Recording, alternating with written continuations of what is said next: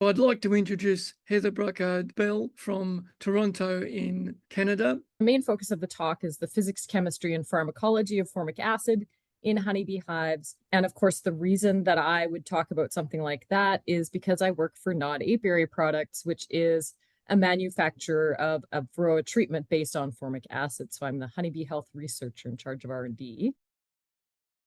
This is a little bit about me. I started studying honeybees after I finished my PhD in Canada. I moved down to Southern California and I started studying honeybees then in 2014. So I worked down there until 2021 when I decided that I wanted to come back to Canada. And I ended up taking a job with NOD. My background is largely animal behavior and neuroscience, but now I've transitioned into, as I said, doing R&D and also doing a lot of beekeeping. So between myself and my beekeeper, seen down here at the bottom, we manage 100 research colonies for the company. And I also have 5 of my own honey colonies at home. So my job is really a mix of field work, lab work. I do some speaking. We travel around to different places, speaking about various things, all kinds of beekeeping related things. But because I'm the company scientist, I speak more on the science things. So that is me. Formic acid, what is it? First of all, it's everywhere. So it occurs in a lot of different places in nature. Some people would say that it's ubiquitous, meaning that it's everywhere. I'm going to give you 3 examples here from the very small to the very large. So starting with the very small, and don't worry too much about the details of this diagram. This is a depiction of some of the chemical processes that happen in the human body, some of the biochemistry of the human body. And down at the bottom, in red, you can probably barely see it. There's a red HCOOH, that is formate or formic acid as it's known when it's in water.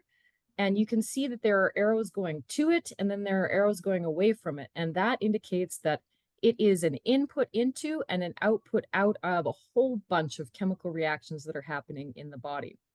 So all kinds of things are happening in your body that involve formic acid all the time. And I'm going to come back to why that's important for us to know when I discuss a little bit further on here.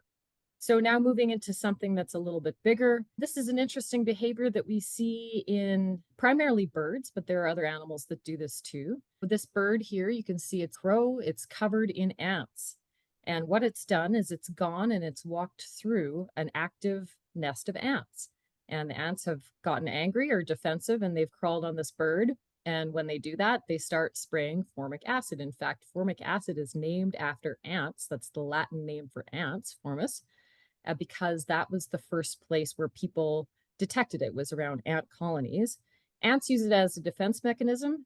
When the birds get coated in ants like this, it seems that what they're doing is actually using the formic acid that's given off by the ants to control external parasites on themselves. There may be other reasons why they're doing it as well, but it's definitely a good miticide, especially for birds. So birds are subject to mites as well, ones that are somewhat related to varroa even. So birds are using formic acid to control parasites. And then finally, at the very large scale, formic acid is also the most commonly occurring organic acid in the atmosphere. It occurs there naturally. It doesn't result from human industrial processes. There is a little bit of that, but mainly it's generated by trees, by plant life. So plant life generates formic acid as a byproduct of some of their biochemistry. It gets sent up into the atmosphere. Formic acid occurs as a vapor at room temperature, at ambient temperature. And in the atmosphere, it seems to be really tightly involved with the formation of precipitation. So it's actually involved in the formation of raindrops so that we can have rain. And then at some point later on, after it's finished that job, it gets actually broken down by other populations of bacteria that are also in the atmosphere. So formic acid, this molecule in red here on the diagram, is a crucial part of the formation of precipitation in the atmosphere. So as you can see, formic acid is everywhere. That's not really surprising. So here are some of its chemical properties. Formic acid, we call it an organic molecule. What does that actually mean? In science, organic just means that a molecule contains carbon. Life forms are based on carbon-containing molecules, so anything that has carbon in it is called an organic molecule. So formic acid is an organic molecule because it has a carbon. On the right-hand side, you can see this diagram. The black in the middle of that cartoon of a formic acid molecule is actually the carbon. It is the smallest organic acid, and in fact, one of the smallest organic molecules at all. It's a very small molecule. It evaporates really easily. So I mentioned that it exists as a vapor at room temperature. That helps us when we are using it to control mites and honeybee colonies, because it turns into a vapor right away when we put it in our colonies.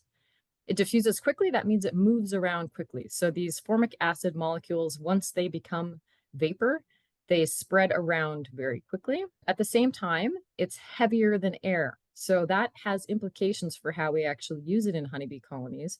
We don't want to, for instance, put it at the bottom of a hive because it's just going to fall out the bottom of the hive. So when we're using formic acid in honeybee colonies, we want to put it above the brood area, because one of the big advantages of using formic acid in honeybee hives is because it's small, because it moves around a lot, and because it becomes vapor easily, it's able to penetrate underneath the brood cap. And I'll come back in a second to that, because the last important characteristic of formic acid is that it's not lipophilic. That means that it does not stick to fat molecules. And what is the major fat molecule in your honeybee hive? That's wax. So formic acid doesn't stick to wax. That means that it doesn't build up in wax. So as I mentioned in the last slide, the fact that it moves around quickly, becomes vapor easily, means that it can get underneath sealed brood cappings. And as I'm sure you're all aware, the vast majority of the lifetime of the varroa is actually spent within sealed brood cappings. Here is a picture that I took with my dissecting microscope, and you can see that a brood capping is actually two different layers. On the outer layer is this waxy, but it's kind of got some other grains of stuff in it. Outer waxy layer. It obviously doesn't look the same as honey cappings. And then underneath that, you've got the cocoon spun by the pupa. If you look under a scanning electron microscope at the nature of this waxy outer capping, you actually see that there are little microscopic pores there. And the reason for that is because pupa, as they're developing, they're animals. They need to breathe air. So gas has to be able to go in and out of the cell. And that's useful for us with formic acid, which is a vapor, as I mentioned, because it can make it through those sealed pores into that sealed brood capping and actually get at the varroa. It's the only substance that we know of that has that property. A question that we get a lot, and we don't have definitive answers for this yet, so let me just preface this with the idea that some of this is based on research on actual varroa, but others is based on decades of research in other animals, especially mammals. And from everything that we know about the similarities and differences between varroa and mammals, we think that this is probably the mode of action. So the first thing that's happening, so this complicated diagram here is a picture, sort of a stylized picture of what's happening inside of a mitochondria. A mitochondria is a little organelle inside of a cell. So every animal alive has these mitochondria inside of it. And the purpose of the mitochondria is to generate energy for the cell. Your body can't use the food that you eat just as it is. It has to be converted to this molecule called ATP in order for cells to actually make use of it. And one of the steps involved in cellular respiration is passing an electron from the outside of the mitochondria into the inside. And that gets used in these chemical reactions, all these arrows and diagrams that are happening on the inside. And that happens at this site here. This is called cytochrome C oxidase. And what happens when you have formic acid or too much formic acid? So remember I mentioned that formic acid already occurs in the body because it's being used in a lot of different processes. If there's too much formic acid, that cytochrome C oxidase gets bound up. So the formic acid actually sticks to the cytochrome C oxidase. That means that that electron that's needed to produce the energy for the cell can't make it through this membrane.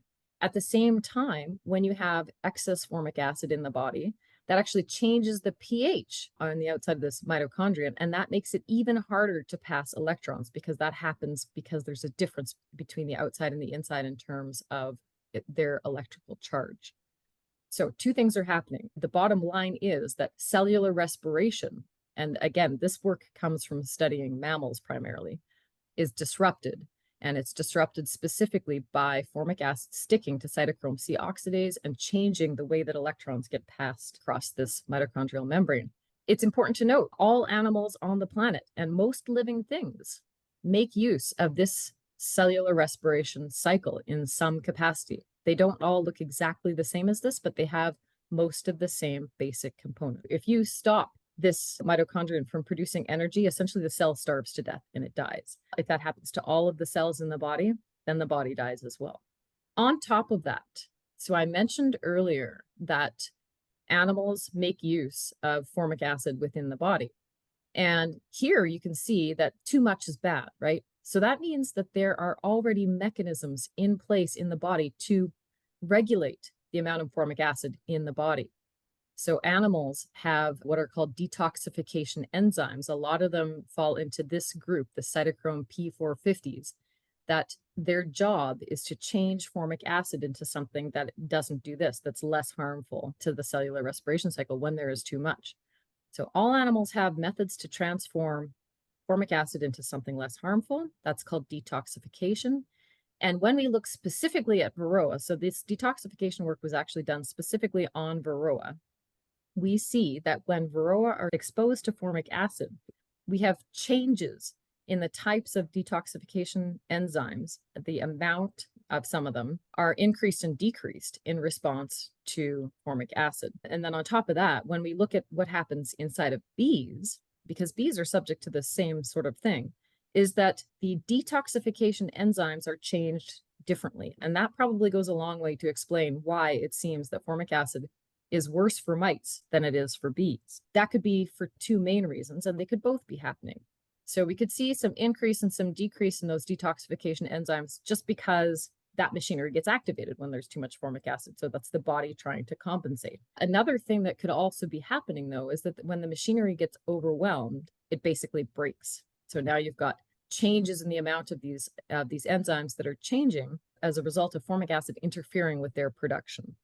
So both of those things could be happening. And right now, we don't actually know which of those things. So all of these clues together suggest that these, broadly speaking, the modes of action of formic acid within mites. And if anybody's interested in reading more, I've actually got all of my references down there at the bottom, and you can email me for information if you'd like. So the key takeaways: too much or too little formic acid in the bodies of animals is bad. Without formic acid in the body can't do all of those biochemical processes that it needs to do, and animals suffer as well. But too much interferes with the cellular respiration cycle and will eventually kill the animal. So all animals use formic acid, but all animals can break it down when there's too much of it, up to a point. So if you overwhelm that machinery, it breaks.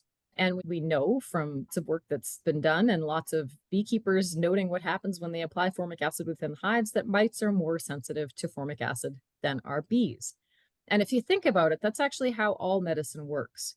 All medicine works by being slightly worse for the organism that's being targeted than for the host. So in this case, that's the varroa, worse for the varroa than it is for the bees.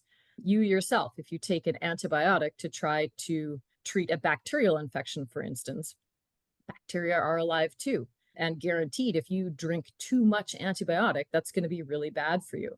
But if you drink just the right amount, it'll kill the bacteria without harming you. So again, all medicines work that way, and formic acid is no different.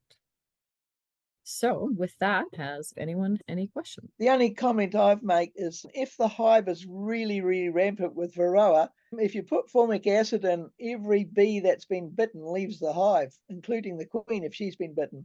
So we recommend now that you put a light treatment in there to start with, and then use your formic acid later so that the bees can get over that first initial hurdle.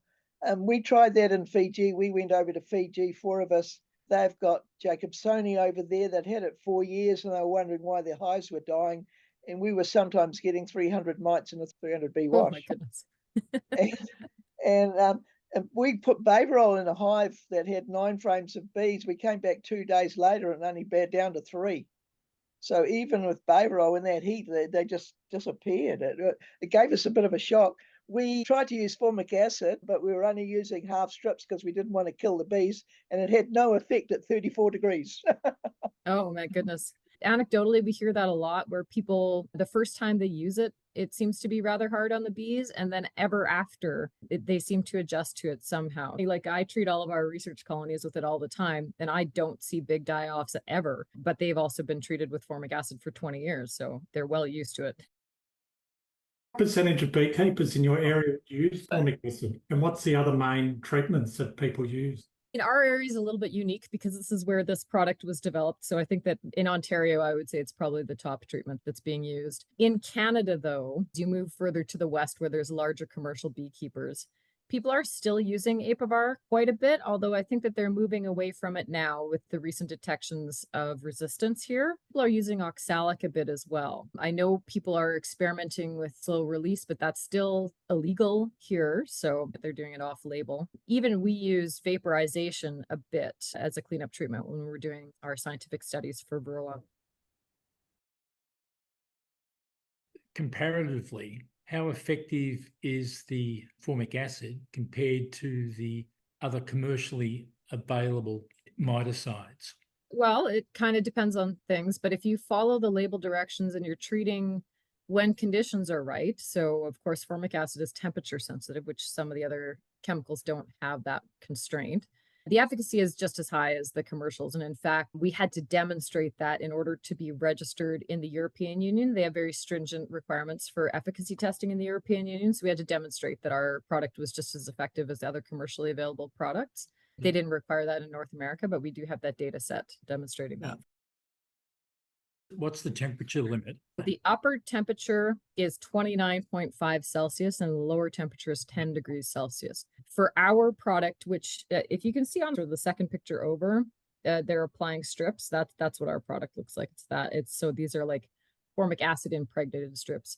As long as the first 3 days of treatment are within that temperature window, that means that the upper temperature doesn't really get much higher than 29.5 and the lower temperature doesn't get much lower than 10 degrees. The lower temperature is a little bit different. As long as the first 3 days are within that window, then you're good. So you're talking about the outside ambient temperature, not temperature within the hive?